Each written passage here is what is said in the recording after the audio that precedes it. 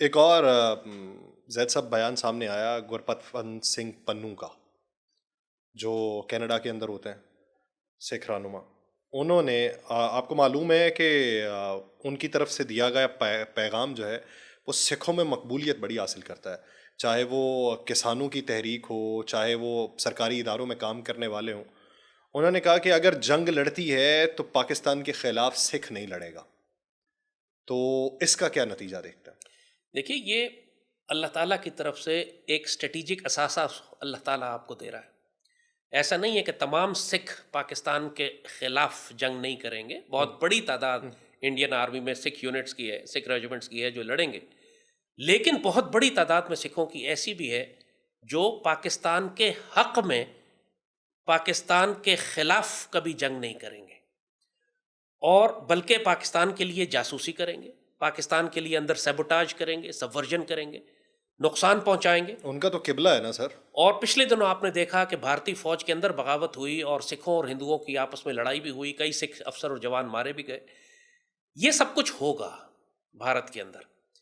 یہ جو جنگ میں آپ جو سناریو ہو رہا ہے، کچھ آپ تھوڑا سا ایک میں چاہوں گا کہ آپ مجھے 2 منٹ دیں. یہ جو سناریو میں دیکھ رہا ہوں اس وقت پاکستان اور انڈیا کے درمیان جو ہو رہا ہے، نریندر مودی پاگلوں کی طرح پاکستان کے خلاف کوئی جنگی کارروائی کر کے اپنا کوئی سیاسی فائدہ لینا چاہتا ہے. پلوامہ کے بعد جس طرح انہوں نے الیکشن جیتا تھا، یہ اسی طرح کی کوئی کارروائی کرنا چاہتے ہیں. مگر انڈین آرمی جانتی ہے کہ ہمارے پاس ایک بڑی وائڈ سکیل کنونشنل جنگ لڑنے کے لیے وہ تیار نہیں تھے. ان کے انڈین آرمی کے ایک جنرل کو سیک کیا انہوں نے اسی بات پہ کہ اس نے اعتراض کیا تھا کہ آپ چھوٹی موٹی لڑائی کر لیں کشمیر میں، اگر آپ نے وائڈ سکیل انگیجمنٹس کی تو ہمیں نقصان زیادہ ہوگا. پاکستان تیار ہے، پاکستان کے ڈیفنسز اسٹرانگ ہیں، ہم مارے جائیں گے. اس کو سیک کر دیا انہوں نے. جو موہن بھگوت ہے، جو آر ایس ایس کا ہیڈ ہے، اس نے نریندر مودی سے ملاقات کی ہے خاص طور پر جا کے، بڑا اس کو انڈر پریشر لایا. وہ اصل میں انڈیا پر حکومت مودی نہیں کرتا، موہن بھگوت کرتا ہے. موہن بھگوت نے مودی سے کہا ہے کہ اگر تم نے پاکستان کے خلاف ڈیلیور نہیں کیا تو میں تم کو پرائم منسٹرشپ سے ہٹا کر یوگی کو پی ایم بنا دوں گا. یہ بہت بڑی بات ہے.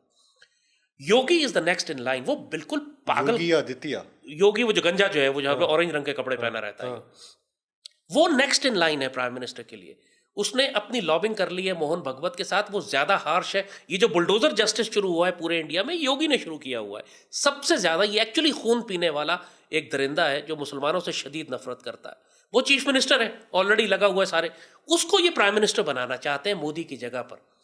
اس وقت انڈیا کے اندر بھی سیریس پاور سٹرگل ہے.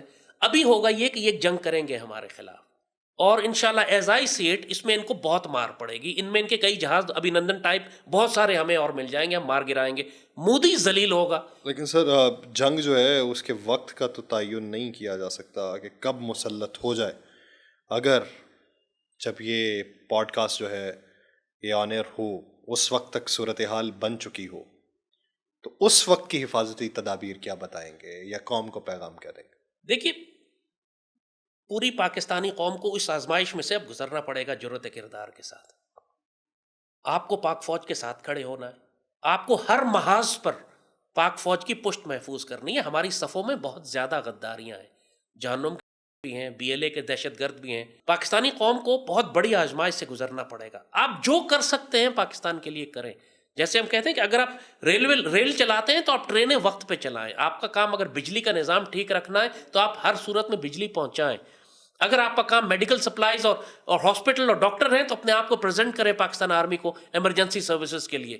آپ اگر کسان ہیں تو خوراک اگائیں اور اپنے پاس خوراک کو اسی طرح فصل اگاتے رہیں تاکہ ملک میں خوراک کی کمی نہ ہو. ہر پاکستانی کو اپنے حصے کی ڈیوٹی کرنی ہے. اور سب سے بڑھ کر آپ کو جو آزمائشیں، مشکلیں اور پریشانیاں آتی ہیں غزہ کے مسلمانوں سے سیکھیں. اب ماتم مت شروع کر دیجیے گا. جرأت کردار کے ساتھ، صبر کے ساتھ، اللہ پر بھروسہ کر کے اس آزمائش کا، اس مشرک دشمن کا مقابلہ کرنا ہے. یقین رکھیں کہ اگر آپ مارے گئے اس نیت کے ساتھ کہ آپ غزوہ ہند میں شامل ہیں تو آپ بہترین شہید ہوں گے. اگر آپ بچ گئے تو آپ بہترین غازی ہوں گے. جنگ آپ کے اوپر آ گئی ہے، آج نہیں آتی. اگر کسی وجہ سے ڈیلے بھی ہو جاتی ہے، 1-2 سال بعد، چند سال بعد آئے گی. فیصلہ کن جنگ ہوگی. یہ بات اب سب کو نظر، پہلے مذاق ہمارا اڑاتے تھے نا، اب کہہ رہے ہیں ہاں واقعی دشمن جنگ کرنا چاہتا ہے. اب پوری پاکستانی قوم کو جنگ کے لیے تیار کریں. ہم نے نیشنل کیڈٹ کورس شروع کرنی ہے. ہم نے اپنی بچیوں عورتوں کو میڈیکل فرسٹ ایڈ کی اور جہاد کی اور جنگ کی تربیت دینی ہے. ایک واریر کلچر پیدا کرنا ہے اپنے اندر. ایک نظریاتی طور پہ ایک قوم تیار کرنی ہے جو اللہ اس کے رسول سے نظریاتی طور پر پاکستان کے روحانی نظریاتی اساس پر ایمان رکھنے والی ہو، جو پینک کر کے نروس بریک ڈاؤن ہو کے چیخیں مار کر بے ہوش نہ ہو جائے، بلکہ جرأت کردار کے ساتھ کھڑی ہو پاکستان کا دفاع کرنے کے لیے۔ ہم بہت لیٹ ہو چکے ہیں، لیکن پھر بھی یہ جنگ ہمیں زندہ کرنے کے لیے کافی ہے انشاءاللہ۔ مصلحت اور دور اندیشی یہی کہتی ہے کہ خود کو تیار رکھو، کسی بھی حالات میں کسی بھی کردار کے اندر ڈھلنے کا روپ بھی آپ کو آتا ہو، لیکن یہ یاد رہے کہ وہ کردار مثبت ہو۔ بہت شکریہ سید زاہد حامد صاحب اس حوالے سے اپنا وقت دینے کے لیے۔ ناظرین، پوڈ کاسٹ کا وقت ختم ہوا چاہتا ہے، آپ سے ملاقات ہوگی کسی اگلے پوڈ کاسٹ میں۔ مجھے میزبان یاسر رشید کو دیجیے اجازت، اللہ نگہبان۔ جنگ کے بارے میں بات کرنا آسان ہے، جب کٹی ہوئی لاشیں پڑی ہوں، فضا میں بارود کی بو ہو اور اگلی نسل جو ہے اس سے متاثر جینیاتی طور پہ ہوتی ہوئی دکھائی دے، تو کس حد تک اس پہ سٹینڈ لیا جا سکتا ہے؟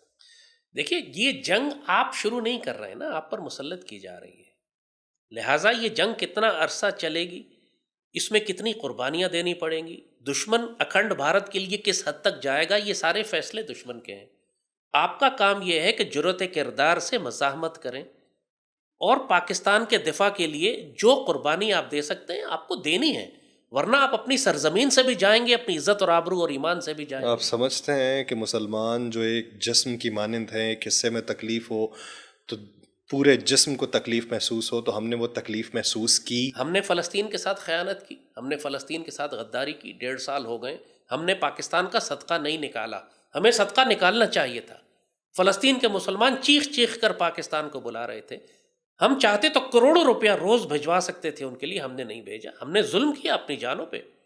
اور یہ ہمیشہ سے صاحب نظر اور اہل نظر لوگ یہی بات کرتے تھے کہ فلسطین کے ساتھ خیانت کرنے کی سزا پوری مسلمان دنیا کو لگے گی، پاکستان کو زیادہ لگے گی کیونکہ ہماری ذمہ داری زیادہ تھی، ہم سب سے طاقتور ایٹمی اسلامی ملک تھے، ہم اسرائیل کو دھمکی دے کر روک سکتے تھے اس جنگ ہم کو۔ تو تب بھی نہیں زید صاحب اپنے ضمیر کو جھنجھوڑ پائے کہ جب 7 سال کی بچی اور اس کے سامنے اس کے باپ کا لاشا پڑا ہوا تھا تو وہ کہتی تھی کہ خدا میں تجھ سے راضی، لیکن بروز محشر میں تجھ سے پوچھوں گی کہ یہ جو مسلمان بنے پھرتے تھے انہوں نے ہمارے لیے کیا کیا۔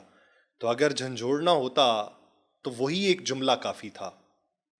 دیکھیے یاسر، فلسطین کے مسلمانوں نے اللہ سے شکایت لگا دی ہے، وہاں ایک عام بد دعا ہے، یا رسول اللہ اس مسلمان امت کی شفاعت مت فرمائیے گا جس نے ہم کو تنہا چھوڑ دیا۔ اللہ اکبر وللہ الحمد۔ میں سوچتا ہوں میرے وجود کے رونگٹے کھڑے ہو جاتے۔ وی بیٹریڈ them، ہم نے خیانت کی ان کے ساتھ، تو ہمارا خیال ہے ہمیں اللہ اس آزمائش میں نہیں ڈالے گا، ہمیں سزا نہیں لگے گی۔